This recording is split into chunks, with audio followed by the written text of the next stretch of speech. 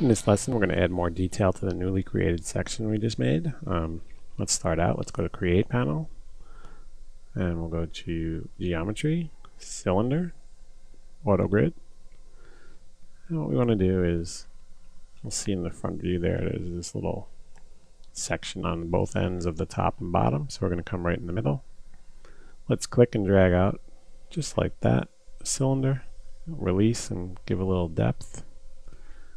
Okay, F4, and get rid of that height segment, so we'll go down, right click it down to 1, and let's make the sides go to 24. We're not going to turbo smooth this one, I don't think, so right click it, convert to editable poly. Let's select this polygon and control click on the edge selection, converts it to an edge, and come down here to chamfer, and that looks good. We're going to say OK. F4 so you get a better look. Smooth again, smooth modifier, which is right there. Auto smooth it.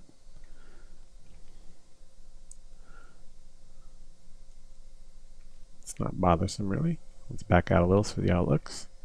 Looks good. Could probably be a little thinner. I think it's a little too thick according to the reference, so we can scale that back this way. Give a little nudge maybe. There we go. Okay. And with that, we can also take that one now.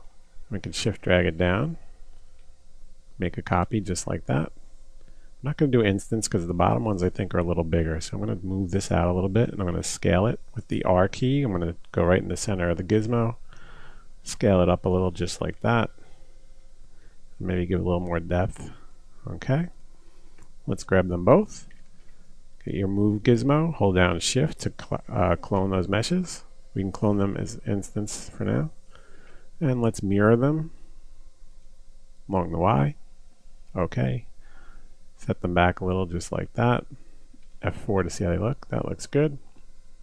Now what we want to do is grab some of these bolts that we made earlier. We can go in the hardware layer, or we can just come right here and grab one right from the staircase. I'm going to do that just to save some time.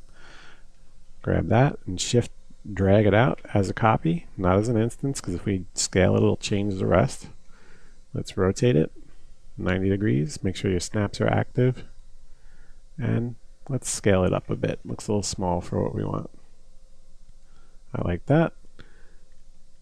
And shift this back. We're going to use the move tool and just drag it back a little bit.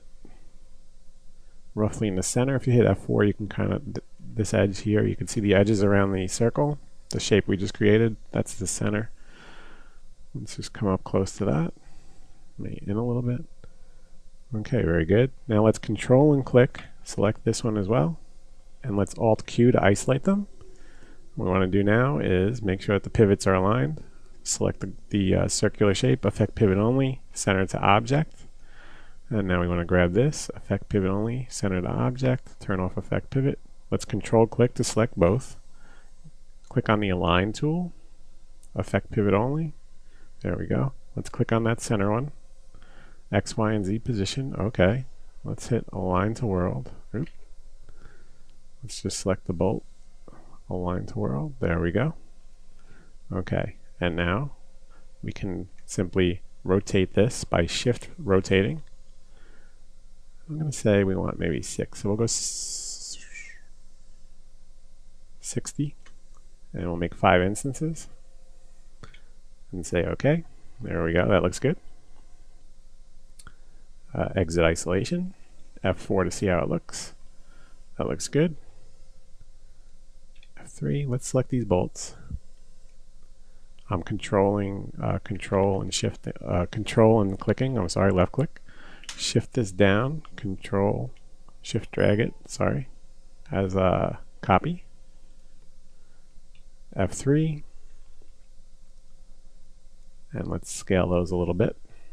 I'm going to scale them by view first, and nudge them out a little bit so they align with that circle, just like that. Let's rotate them so they're not lined up like the others. And now let's go to local, and let's scale them locally so they have a little more substance on the bottom. That looks good. Okay, we're going to do move, view. F3, we're going to select the top and the bottom, so I'm control clicking on all these top bolts and nuts that we have. And now what we're going to do is we're going to shift and drag them back, just like that. You can do it as a copy, it's not a big deal. Let's mirror them along the Y just like that and align them to the surface. There we go. Just like that. That looks good. And now let's grab one of these bolts. I have it selected. I'm going to shift and drag that gizmo as a copy. Let's affect pivot only and center to object. Align to world. Okay. Let's rotate this nut and bolt assembly 90 degrees. Make sure your snaps are active up here. Move tool. And let's align it to the front. Roughly to where it flattens out here. Pull it out. I'm just doing this by eye. I'm not, it's not terribly important, again, unless you have some explicit reference or something that you need to duplicate exactly. We're just trying to make something that would look good in a commercial or quick clip in a movie or something like that. So for what we're doing, this will work fine. I just shift drag 2 of those, and that looks good.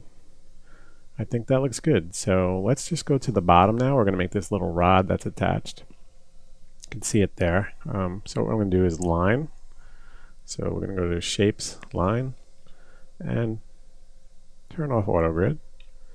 F3 so I can see what I'm doing. There we go. I'm just going to click and drag and click. And I'm going to make that renderable. So we'll go to Rendering, Enable and Render, Enable and Viewport. And we just want to change that thickness to whatever value works with what we have. That doesn't look bad. Let's go to Perspective and let's align it to the bottom of this chamber. Just like that.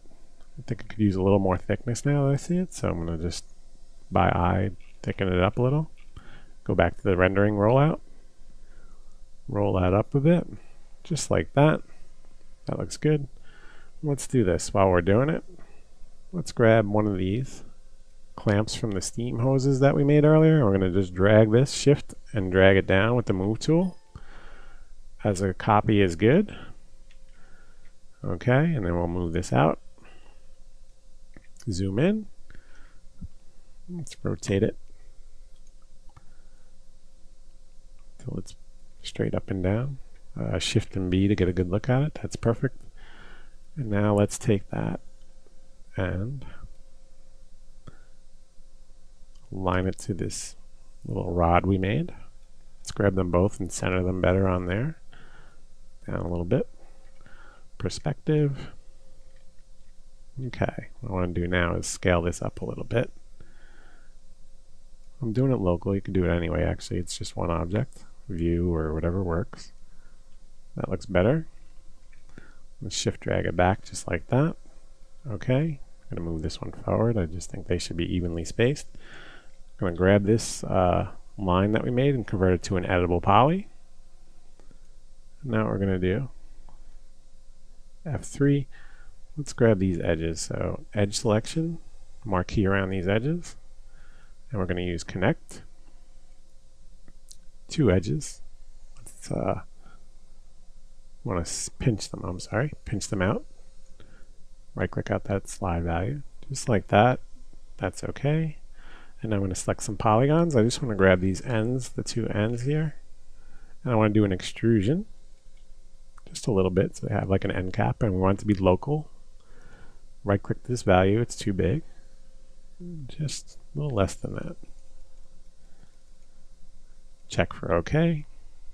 Okay, let's F4. That looks pretty good. One more thing, let's grab end polygon. Remember earlier in one of the exercises, one end of a spline will become 3 polygons, so we're going to delete those. Go to border selection, select it, and cap it off. And now we're going to select that polygon and the polygon at the other end. We'll go to selection, control click on edge, and chamfer that edge a little bit. That's too big a value. Right click it, and just do it by hand. Add a couple segments, and OK. Let's see how that looks. Put a smooth modifier on top, auto smooth, and that looks good. So there we have that section almost done. I think it's pretty much done. Later on we're going to clone it to the other side. There's one on each side. we'll adjust anything we need to adjust. It's always editable, and so there it is. That's done. I think what we're going to do next is maybe we'll move down to the front section here and build the bumper. So that'll be in the next video.